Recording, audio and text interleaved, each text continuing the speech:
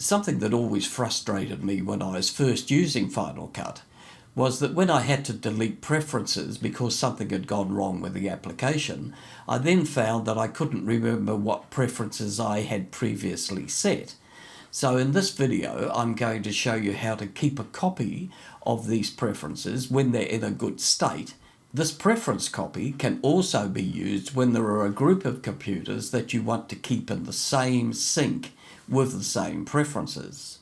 There are critical actions for this to be effective, so at the end of the video I'll review what those are so you have them clearly in your mind. I'll also show you at the end of the video an app that you can download that will save your preferences for you. I'm Bruce Macbryde, and my goal is to improve your knowledge and to speed up your workflow in Final Cut. YouTube videos are a great way of learning Final Cut, but you'll find that some of your questions are not always answered in a pre-recorded video. So save time searching through YouTube. I can give you personal tuition. Please click the link below. If you haven't already, please like, subscribe and press the bell. Whenever you ask for help in Final Cut, it seems the first thing people say is delete your preferences. Well, I'm going to show you how to keep a copy of those good preferences, that's before they get corrupted, so that then it's easy for you to reset your preferences after you've done a delete preferences operation. So the path to find this preference file is in the description below. So let's have a look at my current preferences so we can check that they're the same after I've done a reset. So if we come to the preferences, and first of all let's select general. I like to keep color wheels rather than the color board, which is the standard default. In playback, I like to have background render set at 10 seconds rather than the rather short 0.3 seconds in the default.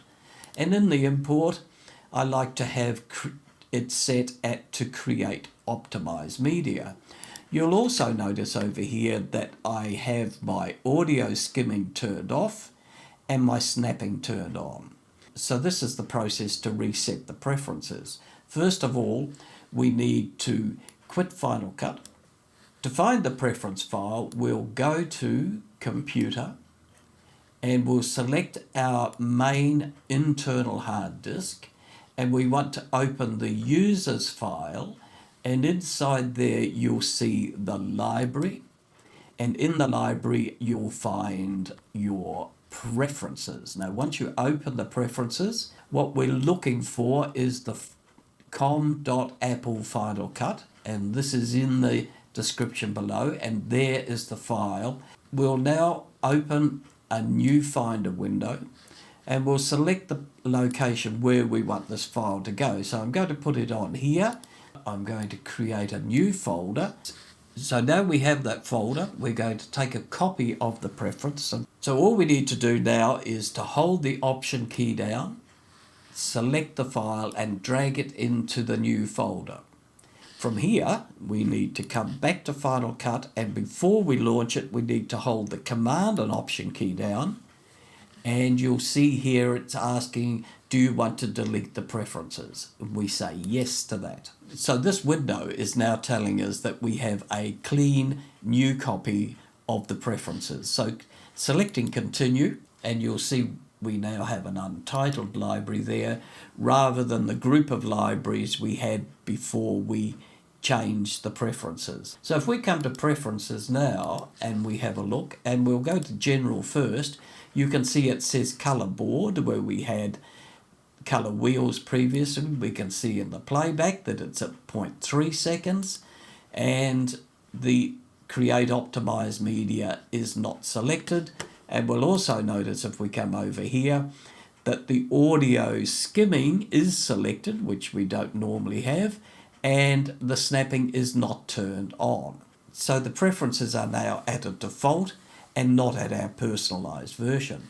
So we'll quit Final Cut now. So note it is important to quit Final Cut before we proceed any further.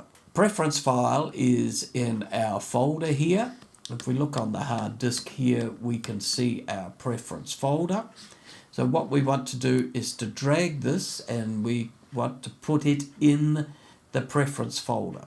And what you'll find is that you'll be asked to keep, stop, or replace. Well, yes, we do. We want to replace it. So once we've replaced it, we can now go back to Final Cut. So we'll launch it. This time we don't need the Command and Option key. And what we're doing here is that we're adding our old preferences back. So now that Final Cut is launched again, we can see there are our libraries that we had before we deleted the preferences. We can look in the preferences and we can see that under General, we've got color wheels, and background render is 10, and creating optimized media is there, and just looking over here, audio skimming is turned off and snapping is turned on. So we have our preferences back again. And incidentally, these changes like workspace and the commands, your customized commands, and any presets that you may have put into the effects are all retained whether you replace the preferences or not. And if you have a group of computers, then you can use that copy to keep all of those computers in sync. And I guess that you could just simply, rather than deleting preferences when you need to, you could just copy this directly into the preferences folder. Now, I don't advise to do that because I don't know what else is happening when you go through the delete preferences operation. So my process is I delete the preferences, I check that they're working, then I quit Final Cut, and then I copy the preferences over into the preferences folder. So things you need to remember is you do need to make a clean copy of your preferences. You don't want one that has some corruption in it already. To get a clean copy, I do a delete preferences, and then I make my changes, set them up as I want to, and copy that, and then that's the one that goes in the preferences folder as a clean copy we can use for later. And from my experience, I now find that I delete my preferences much more readily now, where before I was a little bit reticent to do so because I couldn't remember what my preferences were, or I didn't want to have to go through the process of having to set them up again. And this is a much easier way of doing it. There is another choice that you may want to explore, and that's Preference Manager, which is provided as a free download from Digital Rebellion. And I must say that I had tried to use this in the past, and I found that it hasn't been able to retain my preferences for whatever reason. So I do prefer to do it myself. There are some features in here that you may be interested in, and you may like to give this Preference Manager a try, because you can actually lock your preferences as well, and it will do autosaves. The link for this download is in the descriptions below. So I hope you've enjoyed this video. Please like and subscribe, and press the bell. There are new videos every Sunday.